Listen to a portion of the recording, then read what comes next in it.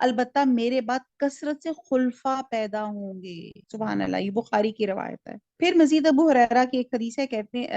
ایک حدیث بیان کرتے ہیں کہ آپ صلی اللہ علیہ وسلم نے فرمایا کہ قیامت اس وقت تک قائم نہ ہوگی جب تک دو گروہ آپس میں نہ لڑیں اور دونوں میں بڑی جنگ ہوگی اور دونوں کا دعویٰ ایک ہوگا، اور قیامت اس وقت تک قائم نہ ہوگی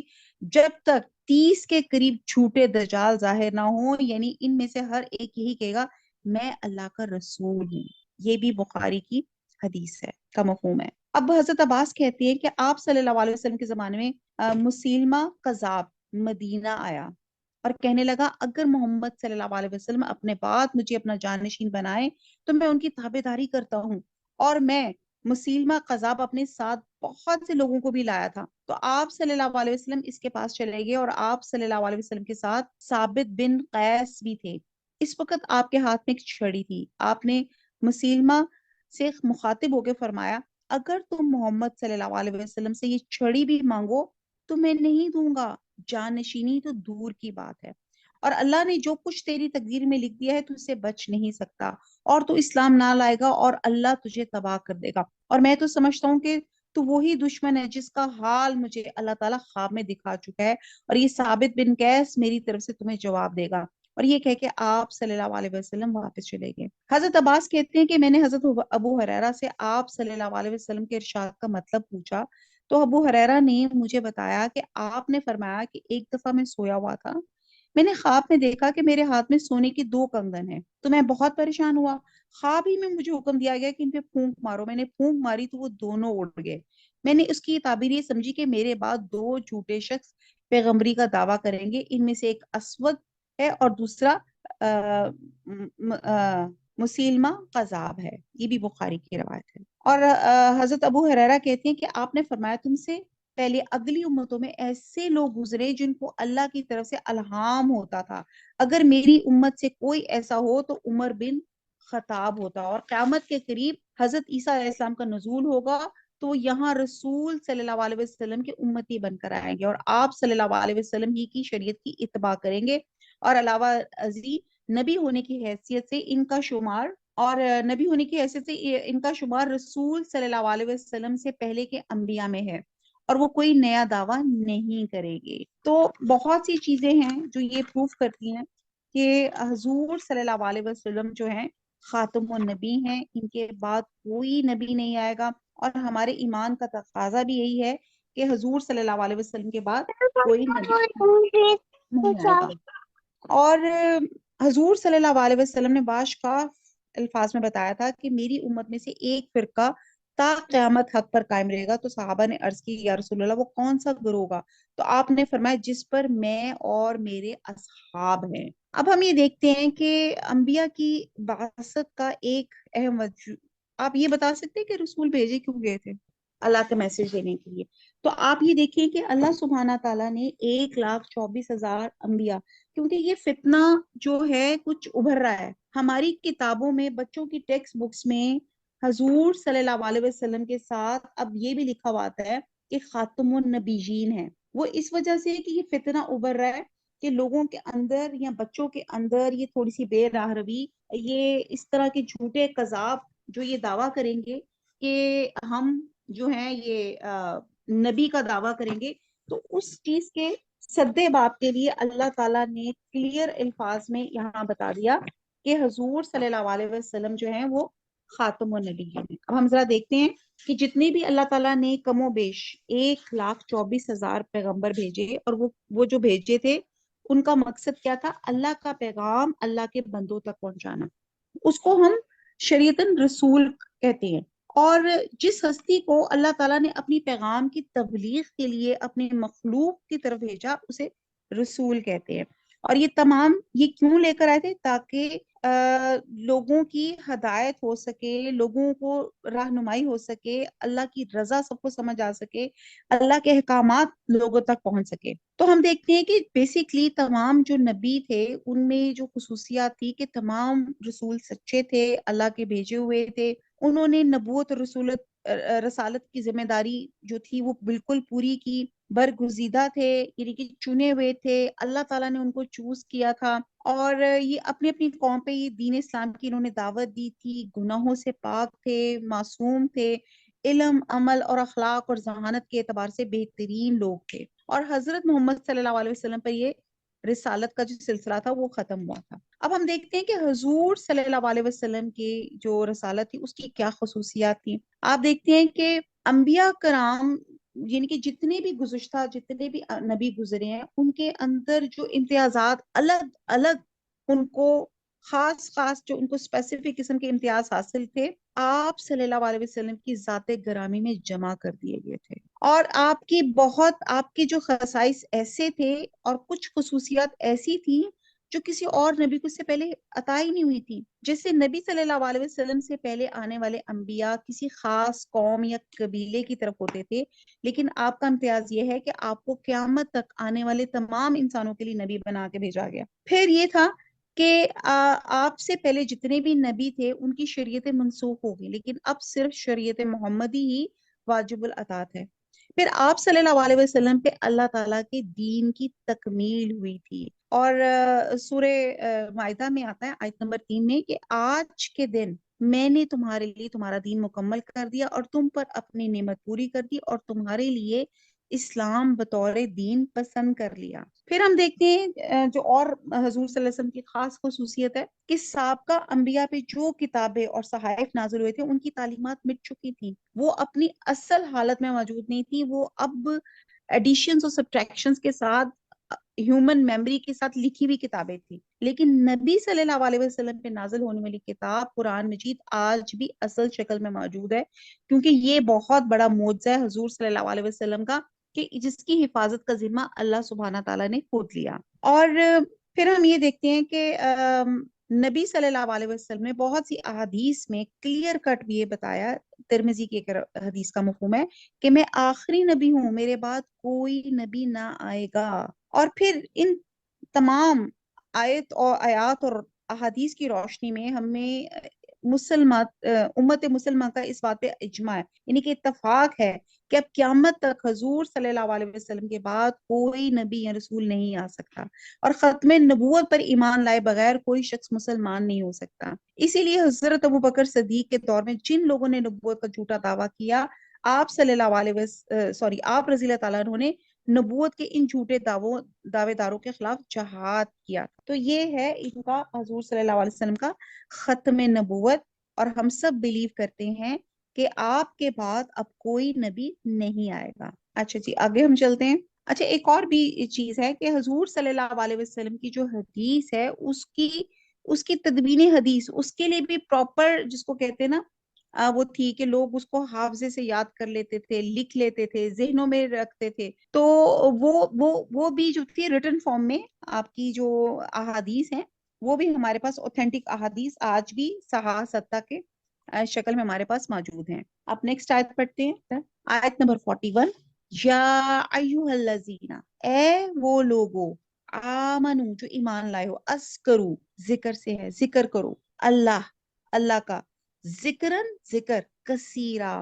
بہت، 42 بھی ساتھ پڑھ لیتی ہوں، وہ سبہو سبحان سے ہے، اور پاکی بیان کرو ہو اس کی، بکراتن صبح، وہ اسیلا اور شام۔ با محاورہ دیکھتے ہیں کہ دو نہ آئے تھے 41 and 42۔ اے اہل ایمان، اللہ کو بہت ذکر کیا کرو صبح اور شام، اس کی پاکی بھی۔ اب یہاں پہ اللہ تعالیٰ ایک ہمیں حل بھی بتا رہے ہیں ہماری پریشانیوں کا، کہ جب ہمیں پریشانیوں کا اور کوئی بھی تانا تشنی، کوئی مخالفت، کسی بھی طرح کے آپ کے اندر پرابلمز زندگی میں آئیں، تو اللہ تعالیٰ فرماتے ہیں ایسے اوقات میں اللہ کو بکثرت یاد کیا کرو، اور صبح شام کی نمازوں کے علاوہ بالخصوص ان اوقات میں اللہ کی تسبیح تحلیل بھی کر لیا کرو، اس طرح تمہارے اندر ایسی پریشانیوں سے دور ہونے کی اللہ تعالیٰ جو ہے نا صلاحیت پیدا کر دیتے ہیں، آپ کے اندر ایسی کیپیبلٹیز پیدا ہو جاتی ہیں، اور سب سے بڑی بات دل میں اطمینان پیدا ہو جاتا ہے۔ تو آپ نے یہاں پہ ایک اسی چیز کی تسلی دی۔ اور جو یہ اذکار ہیں، اذکار میں یہ نماز کی طرف اشارہ کیا گیا ہے کہ اب ہم آیت نمبر 43 پڑھتے ہیں، اور یہ بڑی خوبصورت آیت ہے، اور ہوا وہ الذی جو یوسلی